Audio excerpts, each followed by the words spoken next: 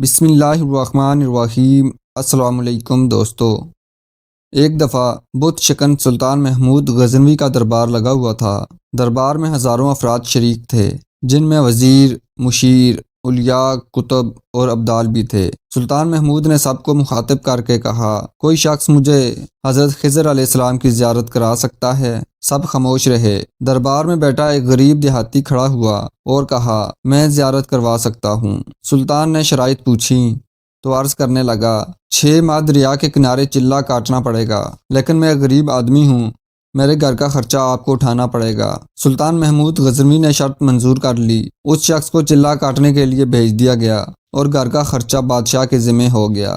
6 ماہ گزرنے کے بعد سلطان نے اس شخص کو دربار میں حاضر کیا اور پوچھا تو دیہاتی کہنے لگا، حضور کچھ وظائف الٹے ہو گئے ہیں، لہذا 6 ماہ مزید لگیں گے۔ مزید 6 ماہ گزرنے کے بعد سلطان محمود کے دربار میں اس شخص کو دوبارہ پیش کیا گیا تو بادشاہ نے پوچھا، میرے کام کا کیا بنا؟ یہ بات سن کر دیہاتی کہنے لگا، بادشاہ سلامت، کہاں میں گنہگار اور کہاں حضرت خضر علیہ السلام۔ میں نے آپ سے جھوٹ بولا، میرے گھر کا خرچہ پورا نہیں ہو رہا تھا، بچے بھوک سے مر رہے تھے، اس لیے ایسا کرنے پر مجبور ہوا۔ سلطان محمود غزنوی نے اپنے ایک وزیر کو کھڑا کیا اور پوچھا، اس شخص کی سزا کیا ہے؟ وزیر نے کہا، اس شخص نے بادشاہ کے ساتھ جھوٹ بولا ہے، لہذا اس کا گلا کاٹ دیا جائے۔ دربار میں ایک نورانی چہرے والے بزرگ بھی تشریف فرما تھے۔ کہنے لگے، بادشاہ سلامت، اس وزیر نے بالکل ٹھیک کہا۔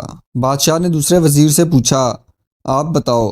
اس نے کہا، جناب، اس شخص نے بادشاہ سلامت کے ساتھ فراڈ کیا ہے، اس کا گلا نہ کاٹا جائے بلکہ اسے کتوں کے آگے ڈالا جائے تاکہ یہ ذلیل ہو کر مرے، اسے مرنے میں کچھ وقت بھی لگے۔ دربار میں بیٹھے اسی نورانی چہرے والے بزرگ نے کہا، بادشاہ سلامت، یہ وزیر بالکل ٹھیک کہہ رہا ہے۔ سلطان محمود غزنوی نے اپنے ایک پیارے غلام ایاز سے پوچھا، تم کیا کہتے ہو؟ ایاز نے کہا، بادشاہ سلامت، آپ کی بادشاہی سے 1 سال ایک غریب کے بچے پلتے رہے، آپ کے خزانے میں کوئی کمی نہیں آئی اور نہ ہی اس کے جھوٹ سے آپ کی شان میں کوئی فرق پڑا۔ اگر میری بات مانیں تو اسے معاف کر دیں، اگر اسے قتل کر دیا گیا تو اس کے بچے بھوک سے مر جائیں گے۔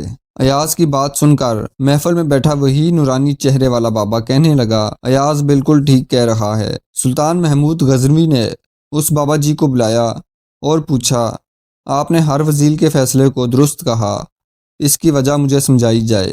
بابا جی کہنے لگے، بادشاہ سلامت، پہلے نمبر پر جس وزیر نے کہا اس کا گلا کاٹا جائے وہ قوم کا قصائی ہے، اور قصائی کا کام ہے گلے کاٹنا۔ اس نے اپنا خاندانی رنگ دکھایا ہے، غلطی اس کی نہیں، آپ کی ہے کہ آپ نے ایک قصائی کو وزیر بنا لیا ہے۔ دوسرا، جس نے کہا اسے کتوں کے آگے ڈالا جائے، اس وزیر کا والد بادشاہوں کے کتے نہلایا کرتا تھا، کتوں سے شکار کھیلتا تھا، اس کا کام ہی کتوں کا شکار ہے، تو اس نے اپنے خاندان کا تعارف کروایا۔ آپ کی غلطی یہ ہے کہ ایسے شخص کو وزارت دی، جہاں ایسے لوگ وزیر ہوں وہاں لوگوں نے بھوک سے ہی مرنا ہے۔ اور تیسرا، ایاز نے جو فیصلہ کیا ہے تو سلطان محمود غزنوی سنو، ایاز سید زادہ ہے۔ سید کی شان یہ ہے کہ وہ اپنا سارا خاندان کربلا میں ذبح کرا دیتا ہے مگر بدلہ لینے کا کبھی نہیں سوچتا۔ سلطان محمود اپنی کرسی سے کھڑے ہو گئے اور ایاز کو مخاطب کر کے کہتے ہیں، ایاز، تم نے آج تک مجھے کیوں نہیں بتایا کہ تم آل رسول صلی اللہ علیہ وآلہ وسلم ہو؟ ایاز کہتا ہے، آج تک کسی کو اس بات کا علم نہ تھا کہ ایاز سید ہے، لیکن آج بابا جی نے میرا راز کھولا ہے، آج میں بھی اس کا ایک راز کھول دیتا ہوں۔ اے بادشاہ سلامت، یہ بابا کوئی عام ہستی نہیں بلکہ حضرت خضر علیہ السلام ہے۔ دوستو، اگر ویڈیو پسند آئی ہو تو ویڈیو کو لائک اور دوستوں کے ساتھ شیئر ضرور کریں اور ہمارے چینل کو بھی سبسکرائب کریں۔ شکریہ۔